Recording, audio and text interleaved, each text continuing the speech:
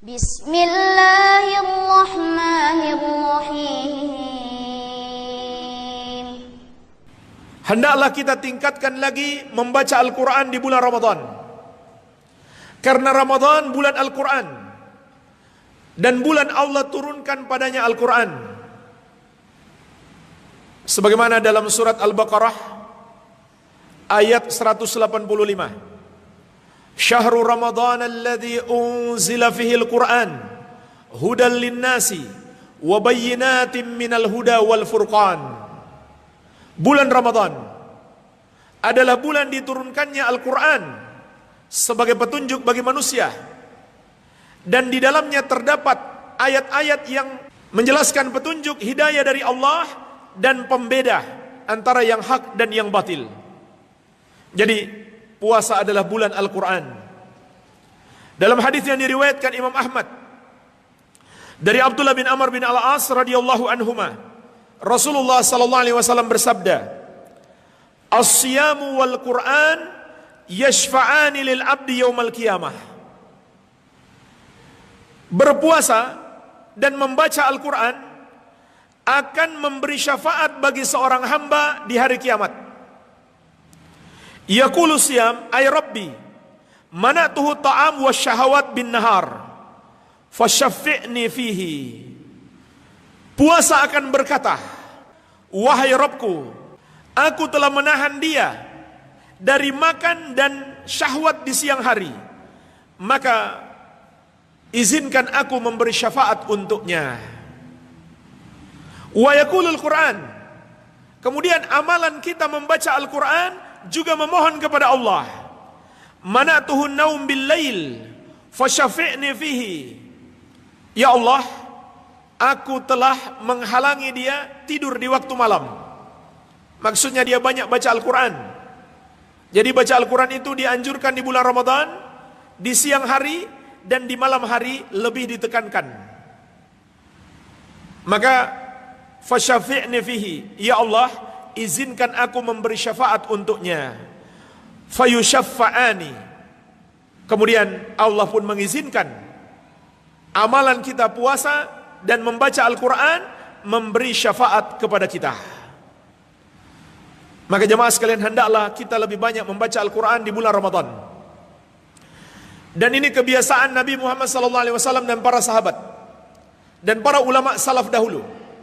Ketika masuk bulan Ramadan, bacaan Al-Quran mereka lebih ditingkatkan. Bahkan terdapat riwayat-riwayat yang sangat menakjubkan. Imam Syafi'i rahimahullah, kalau masuk bulan Ramadan, beliau satu hari 2 kali khatam. Berarti sebulan berapa kali? Bisa sampai 60 kali khatam. Luar biasa fokus para ulama ketika masuk bulan Ramadan untuk membaca Al-Quran.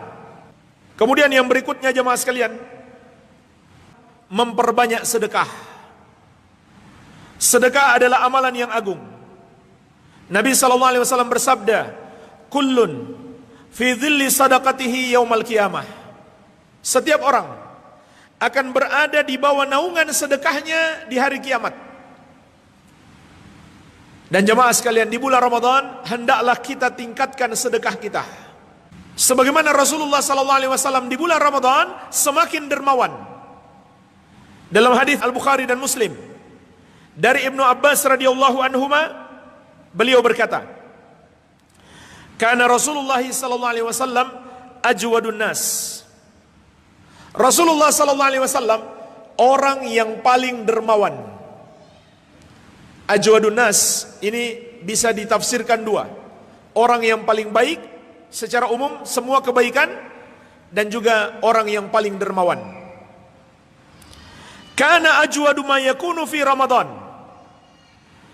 Ketika masuk bulan Ramadan, maka beliau semakin dermawan, semakin suka memberi, semakin suka bersedekah. Hina yalqahu Jibril, terutama ketika malaikat Jibril menemui beliau. Wa kana Jibril yalqahu fi kulli lailatin min Ramadan fayudarisuhul Quran Dan malaikat Jibril akan datang kepada Nabi sallallahu alaihi wasallam setiap malam di bulan Ramadan, yaitu ketika Nabi SAW masih hidup. Kemudian mengajarkan kepada beliau Al-Quran. Jadi malaikat Jibril semakin rajin datang atau semakin sering datang kepada Nabi SAW untuk mengajarkan Al-Quran di bulan Ramadan. Maka ini juga dalil Ramadan bulan Al-Quran. Tingkatkan membaca Al-Quran. Tingkatkan juga usaha untuk menghafal Al-Quran. Begitu pula mempelajari makna-makna yang terkandung di dalamnya.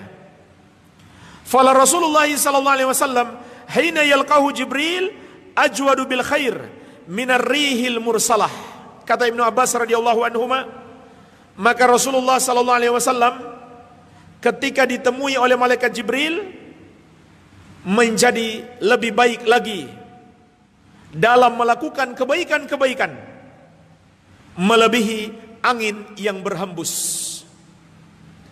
Jadi Nabi SAW di bulan Ramadan meningkatkan ibadah dan juga meningkatkan sedekah beliau. Maka jemaah sekalian, hendaklah kita tingkatkan sedekah kita. Dan termasuk sedekah yang sangat dianjurkan di bulan ini adalah memberi makan orang yang berpuasa. Apakah makan sahurnya atau makan berbukanya? Dalam hadis yang diriwayatkan At-Tirmidzi dari sahabat yang mulia Zaid bin Khalid Al-Juhani radhiyallahu anhu, Nabi sallallahu alaihi wasallam bersabda, "Man fattara sha'iman kana lahu mithlu ajrihi ghaira annahu la yanqusu min ajri shaimi syai'an." Barang siapa memberi makan orang yang berbuka puasa, maka ia akan mendapatkan pahala yang sama dengan orang yang berpuasa tersebut tanpa mengurangi pahala mereka sedikit pun. Subhanallah jemaah sekalian. Berarti kalau kita memberi makan 10 orang yang berpuasa, maka kita dapatkan pahala 10 orang. Bayangkan kalau 100 tanpa mengurangi pahala mereka sedikit pun. Namun hadis ini disebutkan berbuka.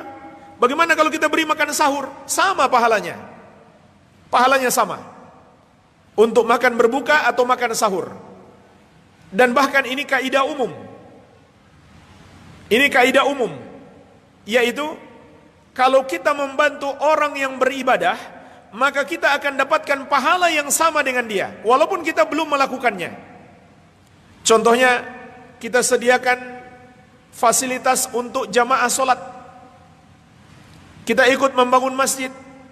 Kita ikut membuat fasilitas tempat berwudu dan lain-lain. Semua orang yang datang solat, kita dapatkan pahala mereka tanpa mengurangi pahala mereka sedikit pun. Kita membantu pondok pesantren, membantu para penuntut ilmu. Setiap mereka belajar ilmu, pahala mengalir kepada kita. Mereka amalkan ilmu itu, pahala mengalir kepada kita. Mereka sebarkan ilmu itu, pahala juga mengalir kepada kita. Dan orang yang mereka ajarkan ilmu juga mengamalkan ilmu mereka, pahalanya juga mengalir kepada kita. Makanya jemaah sekalian, bersedekah itu luar biasa pahalanya, bisa menjadi berlipat-lipat, terutama di bulan Ramadan. Baik.